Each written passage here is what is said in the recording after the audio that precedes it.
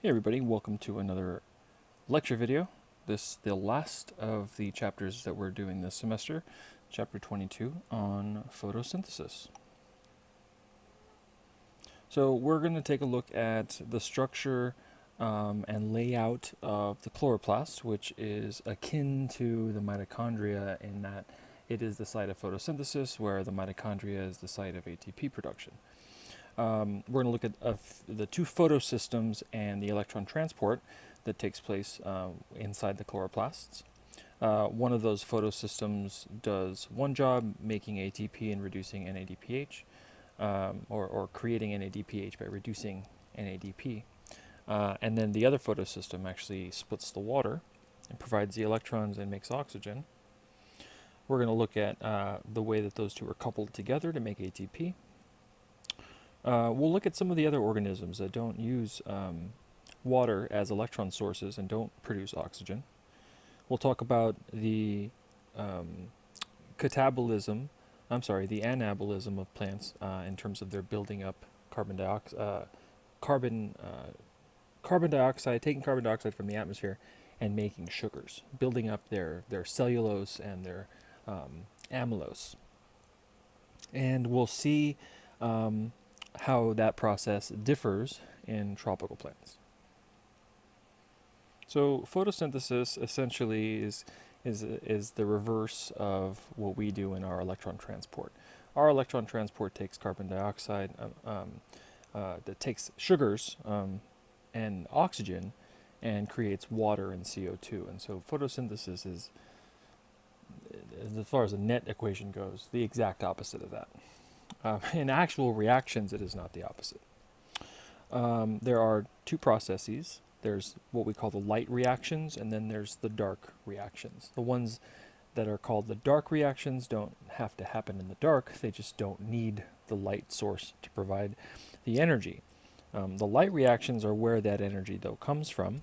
And those are the reactions that we're going to look at as far as photosystem 1 and 2, where oxygen is produced, and where ATP, and if you remember from our discussions on anabolism, NADPH is that oxidizing, the reducing agent, that gets oxidized back into NADP.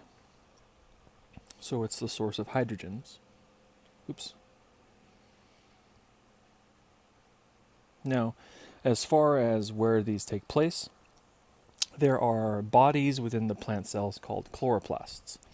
Now we're going to look at a structure. In fact, we should just swap to that slide now. So this is a chloroplast. Now the inside of the chloroplast is filled with structures called grana, and an individual grana is known as a granum. And these granum are stacks of what they call thylakoid discs. Now these are the chloroplast containing molecules. Now within these thylakoid discs is another space called the thylakoid space. And so this has, like, if you look at it, it's similar to the mitochondria in that it has an outer membrane, an inner membrane, an intermembrane space, except in the mitochondria, that's where the proton gradient was built up. In this, is a little different. The proton gradient is actually going to build up inside the thylakoid space. And so you can almost kind of imagine if this was an animal cell, then these are mitochondria, and within the mitochondria is where that ATP production, electron transport is happening. Similar to in our bodies. So two reactions are happening in the thylakoid space, and in the thylakoid discs is the light reactions. So that's where light is going to be absorbed by a chloroplast, and we're going to see what happens to it. The stroma, which is if this was our cell, we would call this the cytoplasm, or the cytosol. The stroma is the area outside of the thylakoid discs, outside the granum, where the Calvin cycle happens, the fixation of carbon dioxide into sugars. So this is the structure, and this sort of sums up those locations. So when light is available, we're going to get thylakoid disk reactions. Oxygen will be created, and then in the dark, or when light isn't around, carbon dioxide. The amount of this reaction that can actually happen depends on not just the ATP and NADPH produced during the light reactions, but also on the availability of CO2. So assuming carbon dioxide is plentiful, then this reaction will take place here in the stroma. Okay, chlorophyll.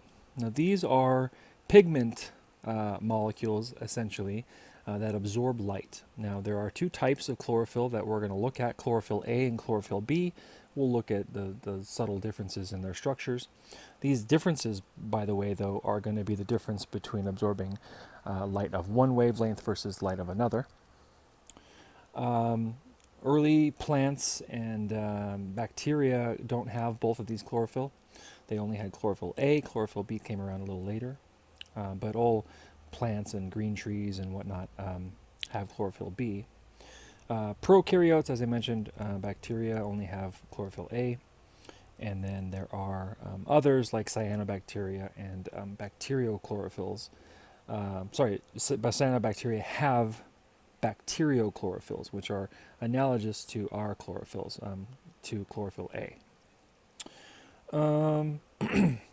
It's also worth talking about here that there are two photosystems, and some organisms only have one photosystem. Whether that's the first photosystem, well, we're going to talk about the photosystems here in a second. So let's just save that for a sec.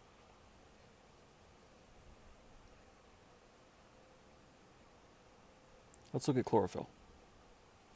So chlorophyll contains a heme group. We've talked about heme before. We've seen it in our blood carrier, our oxygen carrying protein. We've seen it in our cytochromes in the electron transport chain. This one contains a magnesium 2+, a cyclopentanone ring fused to a tetrapyrrole ring.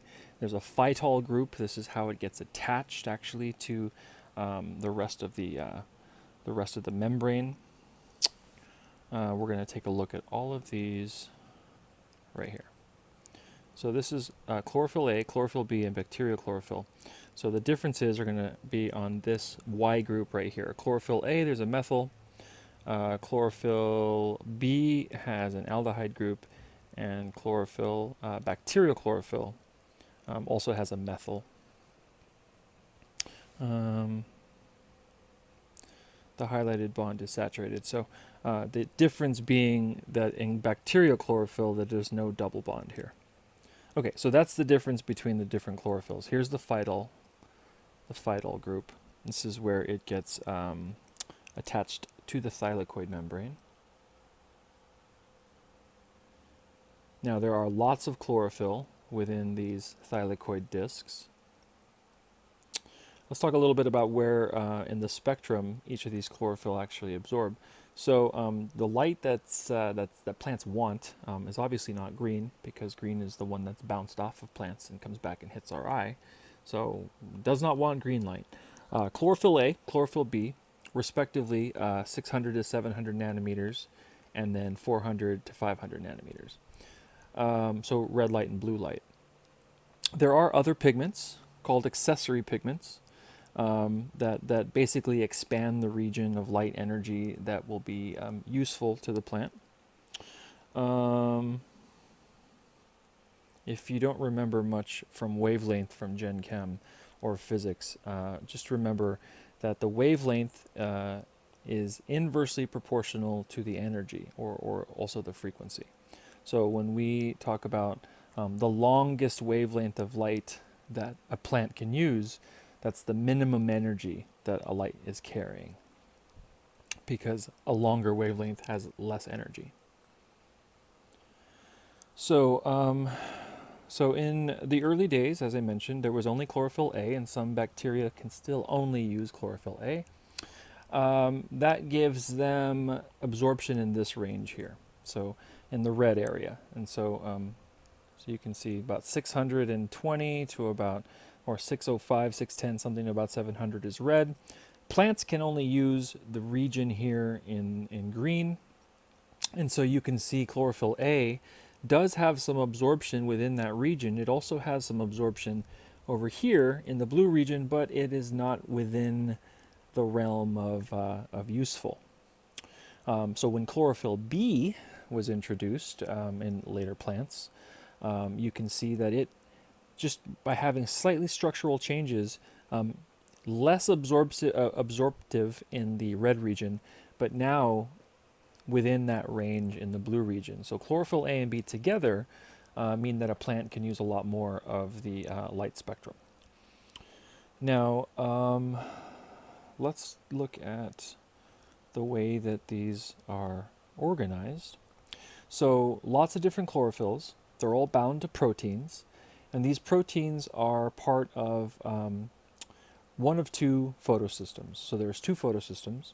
Photosystem I is named that way because it was the first one discovered, but it's actually the second of the photosystems in sequence. Photosystem I is the one responsible for making ATP and reducing NADP. Photosystem II, the one that happens first, this is the one that splits water, generating some electrons and liberating some protons from the water molecules that get pumped into the thylakoid space, as well as generating oxygen. So those are the two photosystems. These have different proteins associated with them and different chlorophylls associated with them. The chlorophylls themselves can also be part of antenna chlorophyll systems or antenna complexes, where only one chlorophyll molecule and one protein or one set of proteins is called the reaction center, and all of the other chlorophylls feed their electrons into those reaction centers. So when we talk about there's these reactions happening and we look at photosystem I and II, we're looking at the reaction center and those reaction center chlorophylls. So that's kind of organized like this. So all of these are chlorophyll. Different chlorophyll molecules will all be energized by light, and they just feed their electrons toward the reaction center, where we will look at what happens there. Okay, so in eukaryotes, photosynthesis takes place in the chloroplasts. Within the thylakoid membrane, we're going to see light reactions. In the stroma, we're going to see, later on, we're going to see carbon fixation.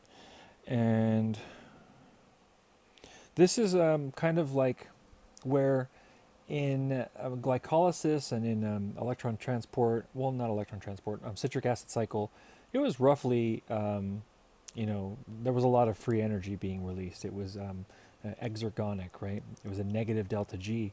And there were some reactions that weren't, but the overall release of energy drove this whole process. This is backwards. This is endergonic. This is a positive delta G. And so what light is doing here, the reason it's required is because we're like rolling a ball uphill, right? We're pushing water uphill. And so we're gonna push water or a ball or whatever the analogy is high enough so that when we're ready, we let it roll downhill and make some ATP, or we let it roll downhill and get some NADPH out of it.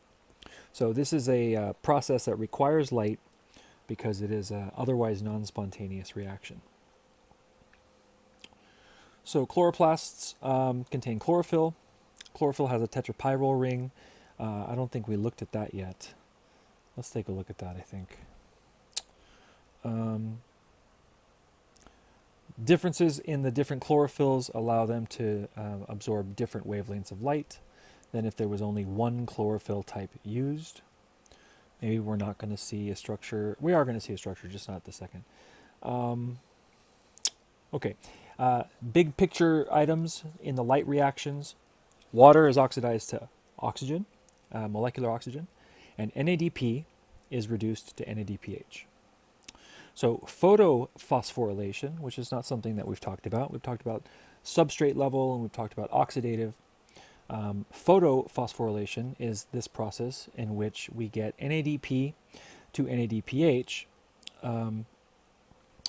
coupled to ATP formation from ADP.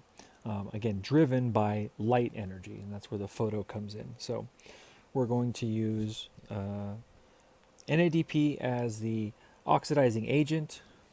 Water is going to get oxidized. NADP will get reduced, and we get oxygen gas and some hydrogens. These hydrogens are going to get pumped into the intermembrane space. But we'll talk about that later. So the two photosystems. Okay, photosystem 1, let's talk about them in order. Photosystem 2 is the photosynthetic apparatus responsible for splitting H2O to O2. We're going to look at some of those reactions.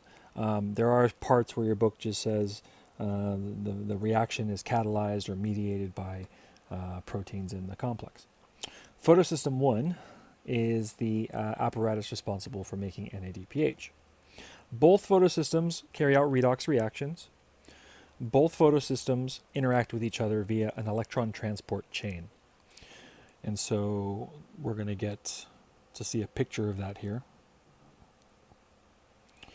You can see this is almost the reverse, with the exception of NADPH being the molecule instead of NADH that we use in our bodies.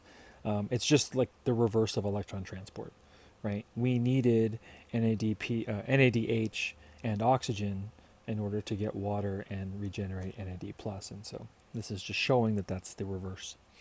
Again, delta G is positive, so this needs to be needs energy input. All right, the reaction centers of the two photosystems provide different environments for the unique chlorophylls. So mentioned that two photosystems use two different chlorophyll. Chlorophyll get designated as P for pigment and then a subscript referring to the wavelength of light. So P700 absorbs 700 nanometer minimum.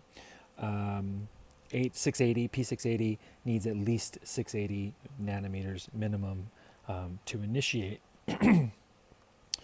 Okay, and then it mentions PS2 happens before PS1. They call this a Z scheme because of the way that they kind of arrange. I'll show it to you. This is why it's called a Z scheme, because it's a Z on its side and kind of a weird, kind of elongated Z. That's why it's called Z scheme. Okay. So we're going to see that it starts in photosystem 2. Absorption of light by chlorophyll P680 is going to generate some, it's going to, we're skipping a part. Water has to get oxidized first. Then that chlorophyll molecule will get excited so that it can transfer some electrons into the electron transport chain, which will then give them to photosystem 1, and then another set of light absorptions will provide the energy for that electron to get transferred, essentially, and some reduction to happen. So I think we're going to go over these in a little bit of detail. So two photosystems. This one you can see how they're arranged inside the thylakoid discs. This one kind of just showing the overall energy scheme, and then the Z scheme layout there. So this part here is the electron transport chain that connects photosystem 1 and 2. We're going to see that there's a manganese complex here that's involved with the splitting of the water. There's a protein that's just referred to as D for donor, I believe, that just is the one that actually gives the electrons to P680. Light will come in and get P680 excited. So this is the excited state up here, P680. It'll transfer the electrons to chlorophyll A and then to a molecule called pheophytin, I believe it's called. And then we've got QA and QB. I think these guys are very similar to our quinones. And then I think this is plastic quinone that receives this electron. There's some iron sulfur proteins, and this thing here is called the cytochrome B6F complex, because it involves cytochrome B6 and cytochrome F. We get another transfer of electrons. I forget what this thing's called. We'll look at that one in a second.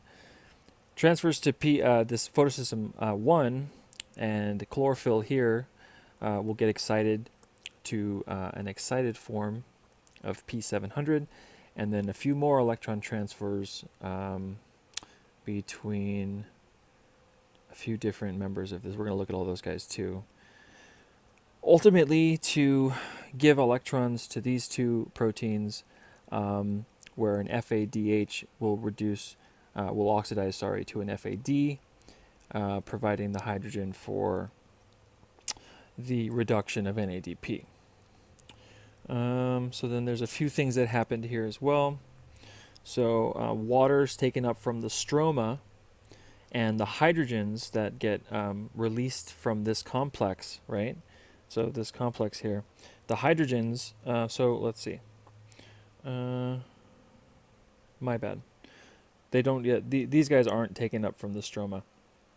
The water is already in the lumen. This is in the thylakoid space. But this photosystem, when it splits the water, it leaves those hydrogens here, and so that's going to add to building up the hydrogen gradient. You can see here during, well, we're going to talk about what happens if there isn't enough NADP around. This this system doesn't stop. It just starts to cycle electrons back through photosystem 1 over and over, and that will pump hydrogens so that we can drive ATP synthase over here. There's something else that happens too. Oh yeah, the hydrogens that are inside the stroma are constantly being added to NADPH, decreasing their concentration in the stroma. So all of these sort of things help build up that proton gradient. Them being pumped into the stroma, them being created from the water, and also being removed from the stroma. So pumped out of the stroma and also removed from general circulation in the stroma. Lowers the concentration or raises the pH in the stroma, raises in concentration, lowers the pH in the thylakoid space. We'll get to the ATP synthesis eventually. So that's the big picture. I kind of went through it all here. We'll go through the details a little quicker. Okay, so photosystem 2. This is the first one in the series of events. Oxygen is the ultimate source of electrons. So here, this is sort of, I was going to say it's an aerobic process, but that's not exactly the case. Water is the source of the hydrogens. It's the source of the electrons. There are situations where water is not the source of electrons, and we're going to look at that. This was a relatively new development in plants, right? For a long time, there wasn't any plants using sunlight to split water, and that's why there wasn't a whole lot of oxygen in the atmosphere. It wasn't until those blue-green bacteria started doing this, using water, which is smart, right? Because it's super abundant, to produce oxygen, and then plants started to really explode. Or animals in general started to really get much bigger. And so we'll look at what some of the other sources of hydrogens and electrons are. But when water is the source of the electrons, then oxygen is ultimately produced. Okay, so those electrons get released from the water and pass to P60. We kind of skipped through a little bit of those steps. There's an oxygen evolving complex. It splits the water to produce the oxygen. This involves a few different oxidation states. In fact, there's a little picture here we can look at. So this is all taking place. So this is a protein, or this is the complex. It goes through an S0, an S1, an S2, an S3, and S4. All the while, light energy is being used to convert two waters into an oxygen molecule and produce 4 hydrogen ions. And so that all happens before those electrons get transferred to chlorophyll P60. Now, the electron donor, that thing marked as D and the other image, that will pass those electrons to chlorophyll P60, there's a tyrosine residue that's part of that protein, part of the protein that doesn't have the manganese, so it was just designated as D. There are some quinones. After this gets excited, the P60 gets excited, it can then pass its electrons on. Some quinones, we saw the structures of those. Again, they kind of they go through oxidation and reduction cycles. There's a primary electron acceptor right after chlorophyll A, which is the chlorophyll P60, called pheophytin, designated Pheo. Again, here this skips over a few parts and just says transfer of electrons is mediated by events that take place in the reaction center. So there's a series of electron transfers. Plastic quinone, PQ, this is going to take these electrons now into the electron transport chain. Similar to coenzyme Q. So photosystem II, so the electron transport chain that links system 2 and system 1 has some pheophytin, has plastic quinone, a complex of plant cytochromes called B6F complex. So cytochrome, chlorophyll, cytochrome B6, cytochrome F. There's a few different B6s in there. They think that this might have its own little sort of Q cycle. If you remember the Q cycle, there needed a way to, the quinones had 2 electrons, but we could only pass 1 at a time, and so they needed to cycle. So there might be a little Q cycle happening in here with these B6 F cytochromes. There's a copper-containing protein. This was the PC I didn't know the name of a few minutes ago, plastocyanin. This one is involved in the electron cycling when there isn't enough NADP. And then the oxidized form of P70, or P700, sorry, the chloroform P70. I keep saying 70, 700. So this will ultimately receive those electrons, become reduced, right, gaining electrons reduction, and then it needs to be excited by light up into a excited state. And then that'll start the photosystem 1. So photosystem 1, the main event here is the reduction of NADP. NADP, this is the main molecule, again, for building up carbons into sugars. So absorption of light by P700, series of electron transfers, gives an electron to a molecule of chlorophyll A. Bound ferredoxin passes the electrons to a molecule of soluble ferredoxin. So bound meaning that it's in the thylakoid membrane, soluble meaning that it isn't.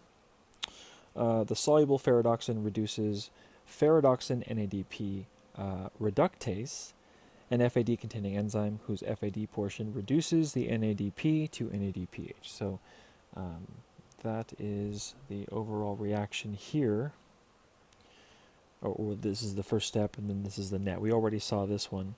Essentially, water and NADP give us oxygen, NADPH, and some hydrogen ions. But back up here to what we were just looking at, we've got this chlorophyll, excited chlorophyll, passes it to ferredoxin. Ferredoxin gets reduced. Chlorophyll now is oxidized back to its original state. And then the ferredoxin will facilitate the reduction of NADP. So those are the 2 photosystems. Now, if there isn't enough NADP around or available to continue, reducing it, let's say that you're done reducing NADP and you've got plenty, well, then the system keeps going. It just cycles the electrons between excuse me, between photosystem photosystem 2 and part of the electron transport. And so they go in a circuit like this. And so what will happen is we're going to take a look at this process, because this has been studied actually in some other bacteria. So we're going to switch and look at the bacteria version of this when we study it. But so without focusing too much on this picture, the electrons are going to get basically cycled around, and the process is going to take hydrogens from the stroma and move them into the thylakoid space. Once there, this buildup of hydrogen ions is going to do the same thing that happens in our electron transport. It's going to go into, this is a chloroplast F0 and a chloroplast F1 version of ATP synthase. And so hydrogen ions are going to drive the production of ATP. So let's take a look at that cyclic, what's the, already forgot, cyclic photophosphorylation. Okay, so we're looking at Rhodopseudomonas viridis, or we will. This reaction center has a bacterial chlorophyll, P870, inside of a protein complex. This protein complex is like a dimer. It's got two proteins that look the same connected together. Only one of the sides of the protein actually is involved in the reactions, though. Absorption of light will raise one of these P870 chlorophylls to a high energy state. It'll pass an electron to a series of accessory pigments, pheophytin first, then it gets to an excited energy level. Then it gets passed to menaquinone and ubiquinone. We'll look at the structures. And then, let's see, the electron passed to ubiquinone is replaced by an electron donated by cytochrome. So let's take a look at the picture so you can see kind of what we're talking about. So this is the thylakoid membrane here. This is the reaction sort of complex. This is inside the thylakoid space. This is inside the membrane, so this is the integral protein. There's an M and an L. These are both part of this sort of pair, this dimer. And then there's H down here that's inside the what's it called, the lumen of the thylakoid disc or the thylakoid space, and then this is the stroma up here, and this little cytochrome heme group is soluble and it can move away. So what it's saying is, in that last step, it says the electron that this guy has, that it gives away, gets replaced by one of these cytochrome electrons. Okay, and then this thing floats away, another one comes in and gives another electron. It carries away the positive charge that happens, that forms on here, so that this doesn't stop. Okay, so what happens is light comes in, hits this set of chlorophyll P870. One of them gets excited, passes its electron on to this pheophytin, right? The B here just stands for bacteria. Pheophytin. Pheophytin passes it on to QA and QB, which I already forgot what they were called. QA was menaquinone and QB was ubiquinone. There is some transfer here and something else happens. What else happens? Oh, right. It gets cycled. So we've got to see what happens after ubiquinone passes it on. Doesn't look like we're going to see what happens there. They must regenerate themselves, because this is the end of it. Anyways, this is part of the cycling. Let's see if we can figure it out from here. So this is like ubiquinone here. Oh yeah, we're going to look at the structures. This picture is not of the bacteria that we're looking at, so that's why these two look different. Here's ubiquinone and menaquinone. So you see these little ketone groups. I think that's what's depicted in this little picture here. Just like a short way of showing it. Okay, anyways. So we didn't get to see what ubiquinone does, unless ubiquinone floats off somewhere. Okay, anyways, but this is part of the process in which the proton gradient can be established from just cycling the electrons through that photosystem photosystem I in the electron transport, just to keep using a light energy. Okay. So a summary. Photosynthesis consists of two processes. We haven't looked at the dark reactions yet. Water gets oxidized to produce oxygen. NADP is reduced to produce NADPH. So those are the results of Photosystem II and Photosystem I.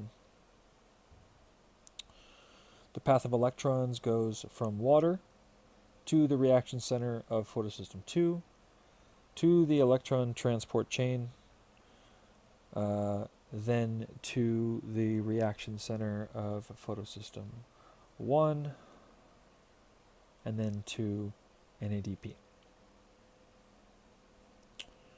Okay.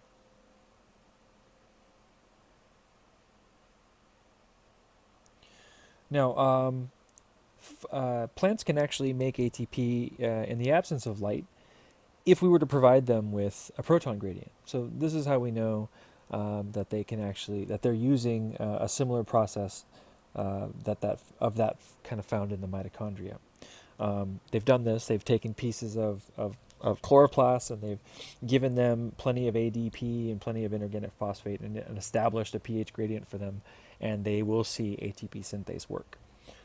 So this again is evidence that the proton gradient is actually driving ATP synthesis here.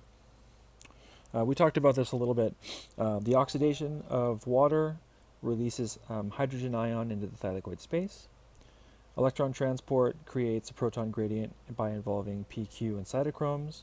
So this is that other pumping of hydrogens. And then photosystem I uses hydrogens from the stroma, lowering their concentration. All of this builds up that pH gradient. ATP synthase in chloroplasts, same parts, F0, F1, they're just designated with a C for chloroplast. The components of the electron transport chain are arranged asymmetrically. What that means is they take substances from one side and send products out to the other side, rather than grabbing indiscriminately from both sides and transporting to both sides. This is just like the proteins in the electron transport chain in our bodies. Several large complexes. It was PS1, PS2, and then part of the electron transport chain, the B6F cytochrome complex. Okay, we need to look at some dark reactions. Here's a nice large overview of everything we saw. Okay, here we go. So this was some of the stuff that we were missing. So part of the cycling of the electrons involves plastic quinone, this PC molecule. And this thing goes back and forth with a copper core, reducing and oxidizing copper from copper 2 plus to copper 1 and back and forth. So that's how the electrons get sort of cycled back into one of these other. We were having a hard. I was having a hard time connecting these two parts of the chain. Of course, when we were looking at the other bacterial version of this, we had electrons essentially, and this is upside down too compared to what we were looking at before. But electrons were coming in here and then not coming out, and so this PC actually helps. Okay. Nice, more detailed version of that.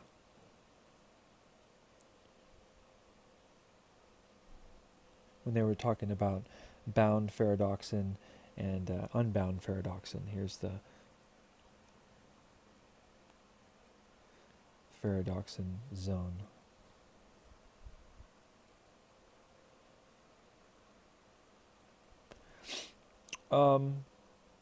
So, organisms that, let's see, let me see if I can remember. There was also something else about the two photosystems. Not all plants have the ability to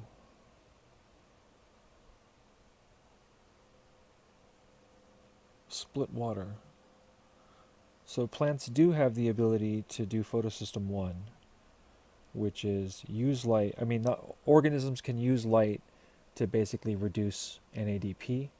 Photosystem 2 is not something that all systems have, that all organisms have. All right. Photosynthetic prokaryotes, other than cyanobacteria, have only one photosystem. They don't produce oxygen.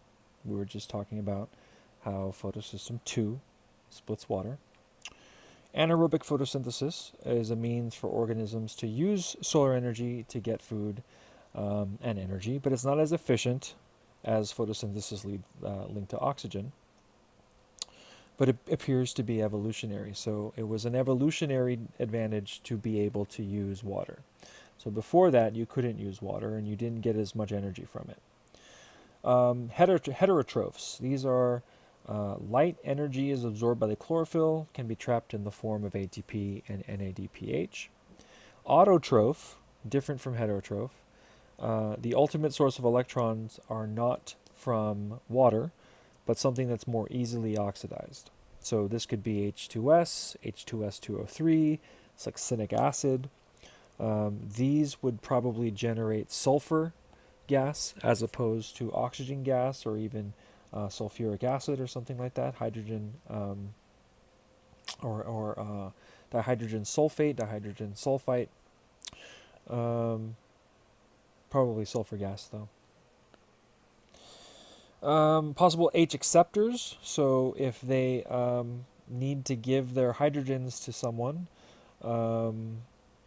we would be giving them to carbon, right? Carbon dioxide.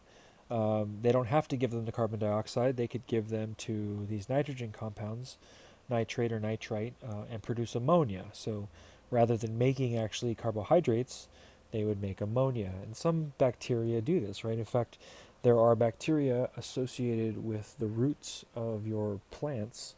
Sometimes plants even make nodules within their own roots for these bacteria to live in, so that those bacteria can fix nitrogen for them so they can make ammonia, because ammonia is of course a starting product for amino acids and other neurotransmitters and other nitrogen DNA, right? Nitrogenous bases, pyrimidines and purines.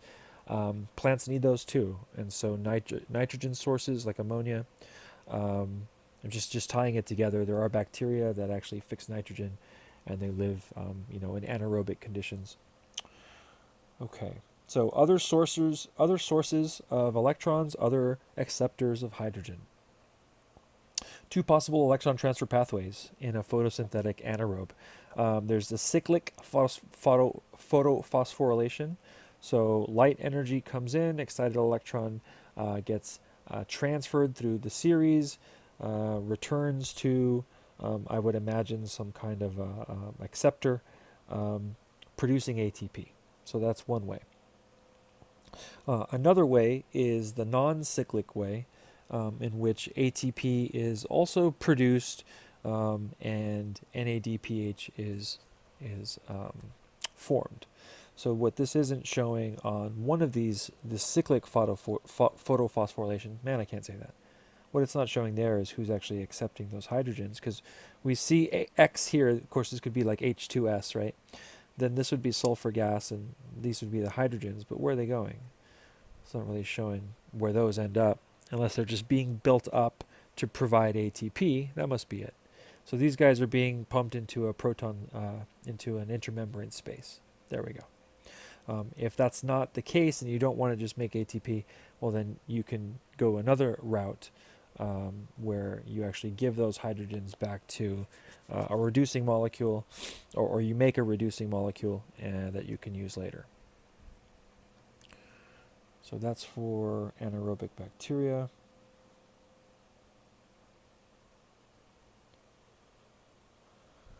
When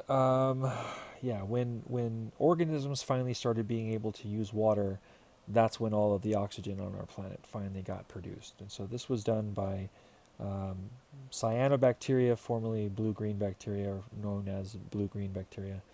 There's also some blue-green sulfur bacteria or purple sulfur bacteria. I love when they name them with their colors. Cyanobacteria, first organisms to use water, providing all of our oxygen. Okay, dark reactions. So CO2 fixation takes place in the stroma. You can see here overall reactions: 6 carbon dioxides, 12 NADPHs, 18 ATPs to make 1 sugar, 1 glucose. There are some features in common with glycolysis. Some of the reactions that we'll see, some of the isomerizations and the some of the reactions that we saw in glycolysis and in the citric acid cycle are sort of seen here in reverse. There are some intermediates like alpha ketoglutarate, 2-oxaloacetate or oxaloacetate to malate, all of the ones that we've kind of already seen, we're going to see again. It's called the Calvin cycle after the guy Melvin Calvin, who first sort of elucidated a lot of the details. So this is the Calvin cycle. We're going to try to explain all this. So we've got our 6 carbon dioxides. So we're going to breathe in 6 carbon dioxides. Here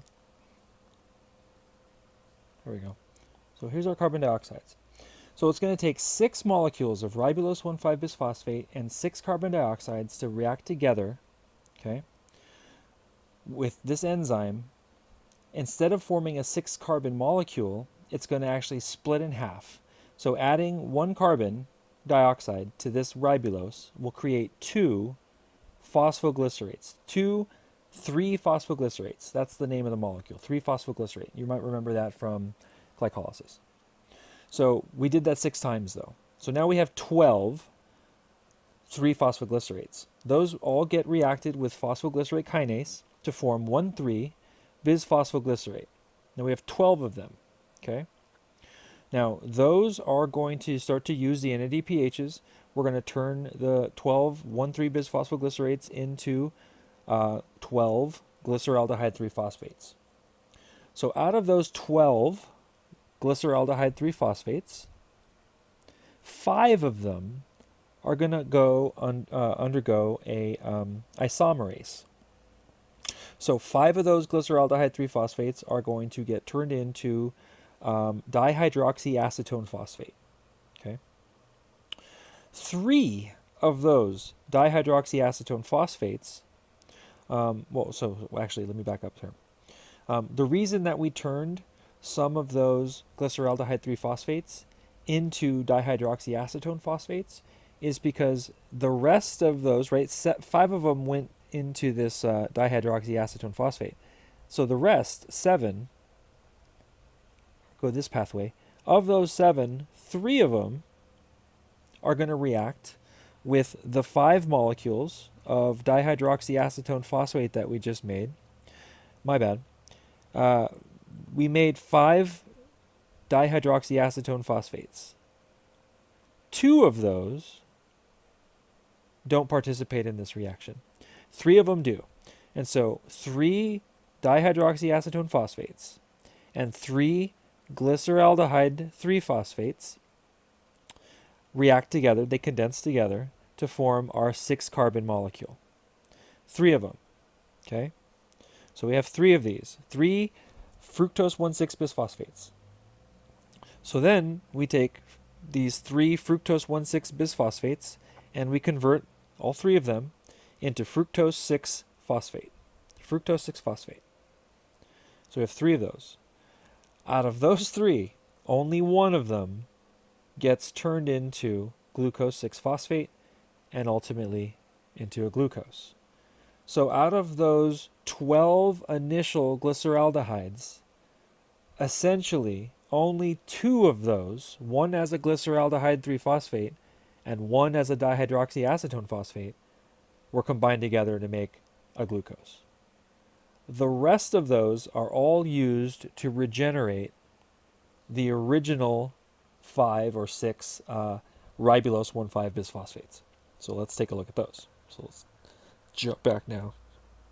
We're going to do all the detailed talking about it here, and then we'll look at the reactions real fast. Okay, so let's see if we can follow where everything else went. So we know that there was 5 of those molecules went here. 7 of them went this way. 3 of them went back this way. So that left 4. So there was 4 of these glyceraldehyde 3-phosphates still going. And 2 of these dihydroxyacetone phosphates. So that's where the rest of these molecules are. Let's see, 7, 8, 9, 10, 11, 12. I'm missing one. There was... okay, well, we'll see if we can find it later. Oh, sorry. I thought 7. So we're 4, 5, 6. Yeah, that doesn't help. Okay, so let's keep going, though. So you're going to see that these glyceraldehyde 3-phosphates, the ones that didn't get turned into dihydroxyacetone phosphate, they continue down this pathway. two of those are actually involved in some of the reaction to turn the remainder of these fructose 6-phosphates, the ones that don't, remember there was 3 of them formed, but only one of them got turned into a glucose. So the other 2 get turned into something else. They get turned into xylulose 5-phosphate, transketolaced into that. And they're helped along the way by 2 of those glyceraldehyde 3-phosphates. There was 4. The other 2 keep going this way and are going to join this pathway over here. So to find over here, we need to jump back up. So there was some dihydroxyacetone phosphates that didn't get used in our glucose reaction. So they went this way. They will they react, or they get converted into I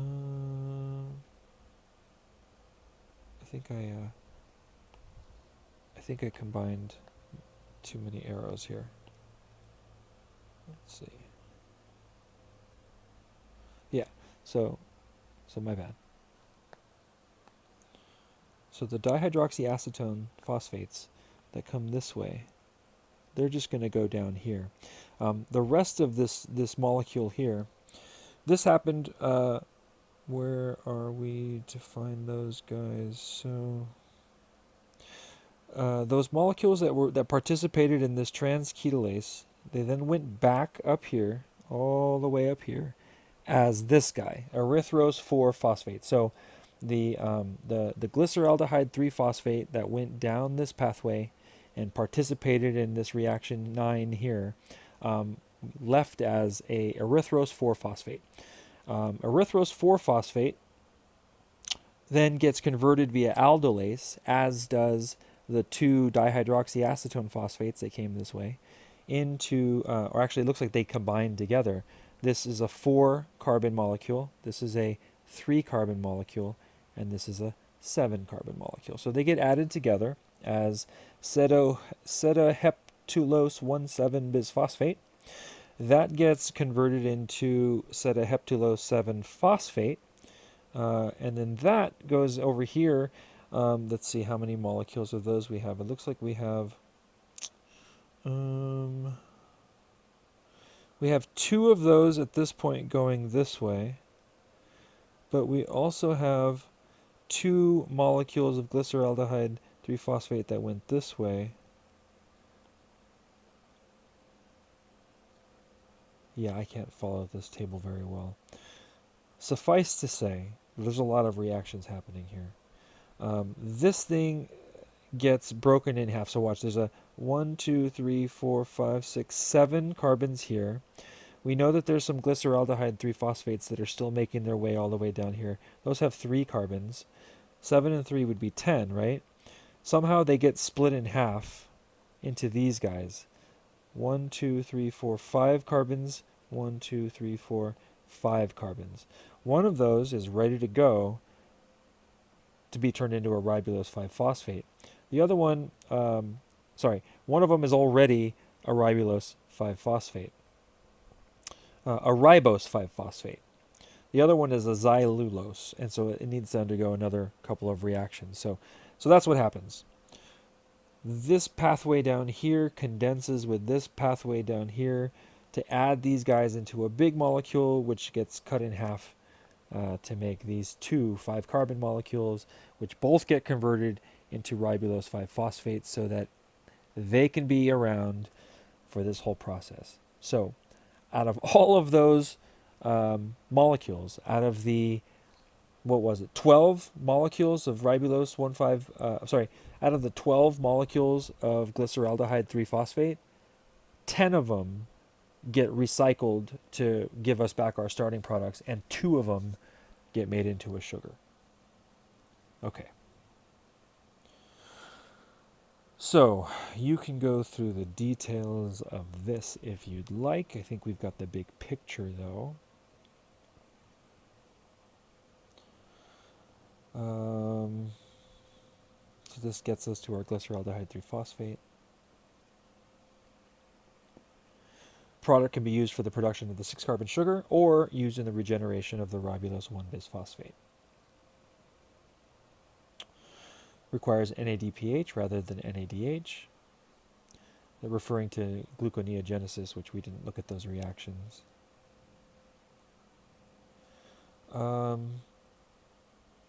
We know this reaction, conversion of glyceraldehyde 3-phosphate to dihydroxyacetone phosphate. It's one of those that happens in not just glycolysis, but also in lipid metabolism. And then the regeneration. So you can think of a few different steps. There's the preparation. These are the regeneration steps. So after the sugar was made, let's see, converting some of the glyceraldehyde 3-phosphate into dihydroxyacetone phosphate so that those can react together to form fructose 1,6-bisphosphate. Fructose 1,6-bisphosphate hydrolyzed to fructose 6-phosphate. That gets converted into glucose 6-phosphate and then glucose.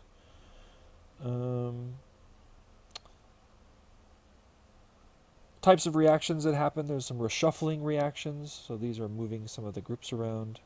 Trans-ketolase, aldolase, cetoheptulose, biphosphatase. These were the enzymes catalyzing those reactions.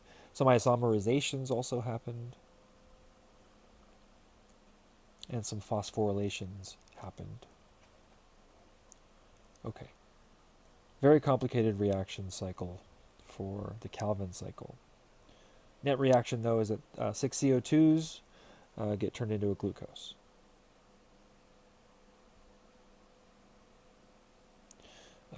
Here you can see how many of those intermediates we actually end up with.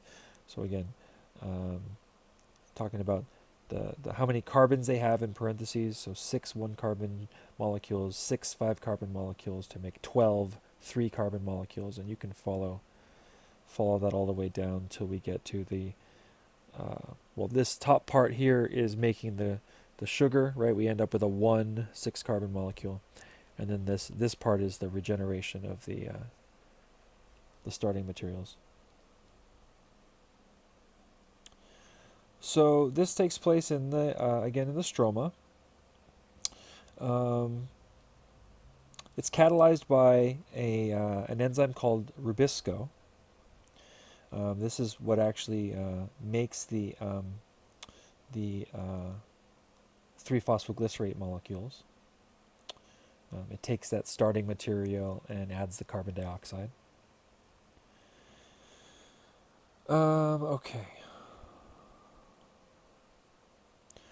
The C4 pathway. Let's talk about that. So there's something that actually happens. Well, let's talk about C4 pathway first, and then let's talk about the reasons for it. So there's an alternative pathway in tropical plants. They have an extra set of cells, and it involves something called there's a 4-carbon compound pathway, so it's called the C4 pathway. So there is an outside layer of cells called the mesophyll cells. And so CO2 and oxygen can both enter through those pores in the mesophyll cells. They will react with phosphoenol pyruvate to make oxaloacetate. Oxaloacetate makes malate. It gets reduced to malate. We get NADPH oxidized into NADP. Malate gets transported into the second layer of cells called the bundle sheath cells, where it's decarboxylated to give pyruvate and to produce CO2. So let me show you a picture, then we'll talk about it. Inside those second cells, the bundle sheath cells, the CO2 will then react with the ribulose 1,5-bisphosphate. Rubisco will catalyze that, and that's the Calvin cycle. The pyruvate that was generated at the same time as the CO2 goes back into the mesophyll cells, where it enters into the cycle. And so let's take a look at this. So let's talk about why this is a problem, or what the point of this is. So there's something called photorespiration, and there's some slides on it after this, but I'm going to say it now. Photorespiration is what happens in the presence of oxygen. Rubisco, the enzyme that catalyzes this step right here of adding the CO2 to the ribulose and producing these phosphoglycerates. That's rubisco. In the presence of oxygen, it'll actually, instead of grabbing carbon dioxide and reacting it with the ribulose, it'll take oxygen and react it with the ribulose, and it'll break down those carbons into smaller molecules and actually not make a sugar. This happens, and so you can think about reasons why this could happen. This happens when there's a bigger ratio of O2 to CO2, for example, or at high temperatures. At low temperatures, it's the opposite. And so, okay, so think about that. High temperatures usually means a lot of sunlight. High CO2, high O2 to low CO2 concentrations, ratio. Well, that might mean you're around too many trees, right? If you're a tree, you're around too many trees. There's too many trees. If all there is in the air is a lot of oxygen and not a lot of CO2, that means there's a lot of trees. So there might be an overpopulation pathway where it just starts to break down some of those molecules and you can't make sugar. This is a method for trees to stop growing so fast or so much. So what the plants in the tropics do is they found a way around this. They found a way to effectively bring up CO2 levels in the cells that are producing or doing the Calvin cycle. So there's no Calvin cycle happening in these outside cells, which, by the way, oxygen has a hard time getting into also. Oxygen and CO2 have to get into these pores. But the CO2 that enters into these outside cells doesn't do anything in these outside cells. It cycles through this process where it gets added to a phosphoenol pyruvate, an extra carbon, to oxaloacetate. Oxaloacetate then becomes malate, produces some NADP. Malate transports across the cells, goes back into pyruvate, regenerating, right, the NADPH. So we didn't lose any NADPH. The pyruvate just moves back in here, becomes phosphoenol pyruvate again, so that it can keep moving CO2 into the bundle sheath cells. In here, CO2 concentration can be much higher than it would be over here. And so that ratio of CO2 to O2 is going to be higher to promote growth, so it can still happen. Let's take a little bit of a look at the photorespiration. These are those reactions of the C4 pathway. Again, we've seen all of these before. Oxaloacetate to malate, phosphoenol pyruvate to oxaloacetate. These are all glycolysis reactions. So photorespiration actually is this process. So this is how rubisco can actually or it actually binds to oxygen preferentially. So if oxygen's around, it's going to go this pathway. To the right, and it's going to photorespire as opposed to fixed carbon. Here you can see those cells. So one of the intermediates is glycoxylate, and so glycoxylate is not very good. And so what this will do, actually let me show you this one first. So on the top you see the Calvin cycle. You get glucose out of this, right? 6 carbons get added together, carbon dioxides into a glucose. But in photorespiration, what happens is after the rubisco reaction, we end up with some phosphoglycerate, but we end up with something also called phosphoglycolate. And those 6 phosphoglycolates don't end up getting to put all their carbon dioxides back into a sugar. In fact, they go through something called a salvage pathway just to be able to collect some of those back again. Because otherwise we lose those carbon dioxides. Now this is what that salvage pathway looks like. It goes through peroxisomes and mitochondria as intermediates, but glycolate is what that the oxygenic breakdown of that phosphoglycolate gets you.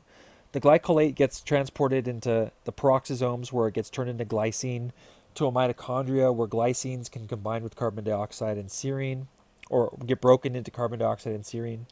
They get transported back to peroxisomes as serine, where it gets turned into glycerate, and glycerate can be transported back into the chloroplast, where it can be converted back into 3-phosphoglycerate, where it can at least go back and enter into the Calvin cycle.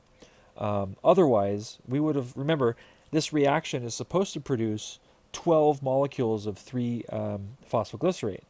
But instead, when oxygen is present, it only makes 6. And then we, out of those 6, can only get 3 back that we lose. So it's a bad thing. They don't really understand why it happens. They think it might have something to do with raising the immune response of the cells. It might have something to do with maintaining oxidative and redox balance within the cell. There was one other thing that they thought that maybe it had something to do with. Something to do with maintaining the redox potential of the cell, something to do with immunity. I can't remember the other thing, but we don't really know why it happens. All right. So again, here is those reactions for photorespiration. You see that in the presence of oxygen, we get 3-phosphoglycerate, but we also get phosphoglycolate. And phosphoglycolate gets broken down into glycolate and glycoxylate. And so as long as we can take that glycolate and get some of that turned back into phosphoglycerate, then it's not such a bad process. All right, well, that's the end of this chapter and the end of the semester's worth of material. So definitely email me if you have questions. Hope you guys are doing well. And I will see you sometime.